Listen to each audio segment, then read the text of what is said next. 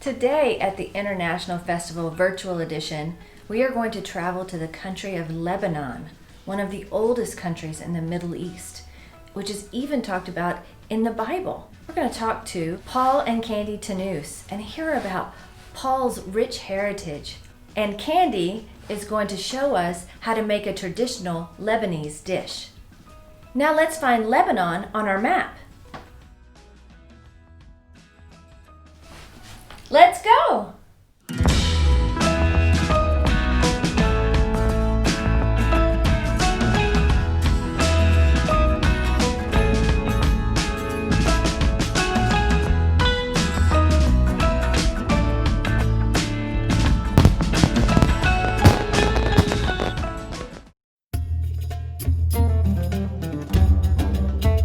Back in 1971, I was contemplating going to France, to Grenoble, to study. And at that time, my uncle was going to school up in Missouri. My dad said, if you want to go outside the country, you better go near your uncle. That's what brought me to Missouri. I attended the University of Missouri at Columbia. Before that, I went to Columbia College. And the first week of September, it was a Wednesday. I was in lunch line. She was behind me. And I said, I love your shoes. He had on these awesome burnt orange shoes. And I said to myself, she said, she love me, she's gonna love me too. The war pretty well decimated the family, the business, everything. The Civil War from 1975 to 1987. Businesses were hit hard, and life was very difficult.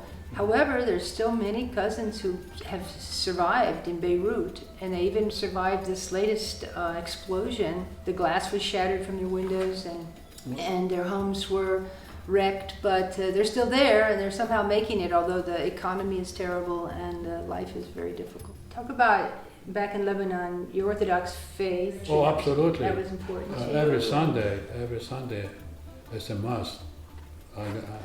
I said, going to church every Sunday, never missed. Christmas, never missed a service. Easter, the 40 days, every Wednesday we had a service. Every Friday we had a service. The Holy Week, it was awesome. I love St. Cuthbert's for the scripture that's read every Sunday, and there's a thread that runs through them usually that's pretty easy to follow. I love that sense of history about the church. I like the fact that it's not Protestant, it's not Catholic, it's open for all. We feel very comfortable. At this time in our lives, it just seemed like a beautiful way for us to try to continue our Christian journey. To make the baked kibbeh, or the pan kibbeh, you need to think of two things. You're making the outside casing, or the top layer and the bottom layer, and you're also making a filling.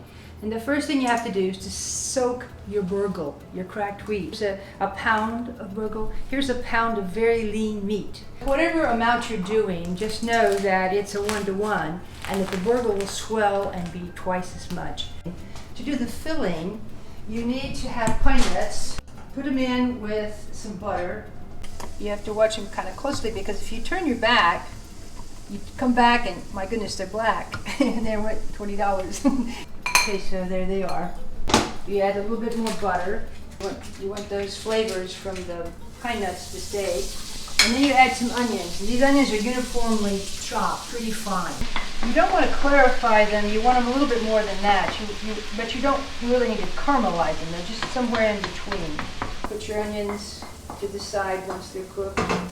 And in the same skillet, you're going to, of course, have this break down in little pieces. Eventually, you're going to put the onion and the snowbar means pine nuts, with it. And seasoning this meat is a really important thing.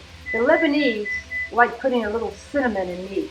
Actually, it's more than just that. They put a little cloves, they put a little allspice, they put a little cumin, they put a little caraway, and it's something they call 7 spices.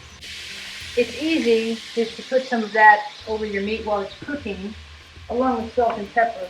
Now, if you don't have 7 spices, then you just use maybe half a teaspoon of cinnamon, half a teaspoon of allspice, and salt and pepper, and it'll be good. Now I'm going to have to get this meat cooked and browned and drained, and then I'll be ready to add the pine nuts and the onions. We have the meat, the onions, and finally we have the pine nuts. And this makes the filling. You're going to take the raw meat that you run through the food processor one more time, make it real fine, and you're going to put it into a pan, and you're going to add your burger. And then you're going to also add some chopped onions, very finely chopped onion. And it's going to make a mixture that looks like this. And this needs to be kneaded like it was bread dough till it's really a very nice consistency like this. You need to have ice cold water, butter it up really good, but you just flatten it until it's like 1/4 of an inch, and you just form it into this bottom of this dish. If it starts sticking, you can use the water. The bottom part is of course quite easy. You just flatten it in there. Make sure it's got a very good tight consistency. If it's thick, it's not kubi. You can use a little bit of water to smooth it out, and that's your bottom layer. And your filling is right here, and you just add it. Okay, and then you add the top layer, and this is where you kind of need to be careful because you have to piece it together and you have to smooth it out so it fits in together. And this is where your cold water is very useful to kind of smooth it up, make it kind of sealed and smooth. Appearance, presentation is a huge deal for the Lebanese. You would just cut it like you would a pie with 8 pieces. And this goes all the way. You cut all the way to the bottom. Just makes it fun and makes it a prettier dish. Now I'm just going to stop here and go back the other way, because once you've gone that way, you come and go the opposite direction, so you're making these little diamonds. Diamond design is a big part of Lebanese, and there are other ways that they cut it sometimes, but this is the way my mother-in-law did it. She was here for 40 days back in 1978, and I tried to do it her way.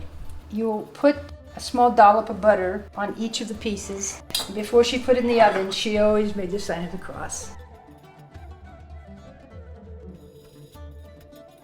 St. Cuthbert's, a beautiful church.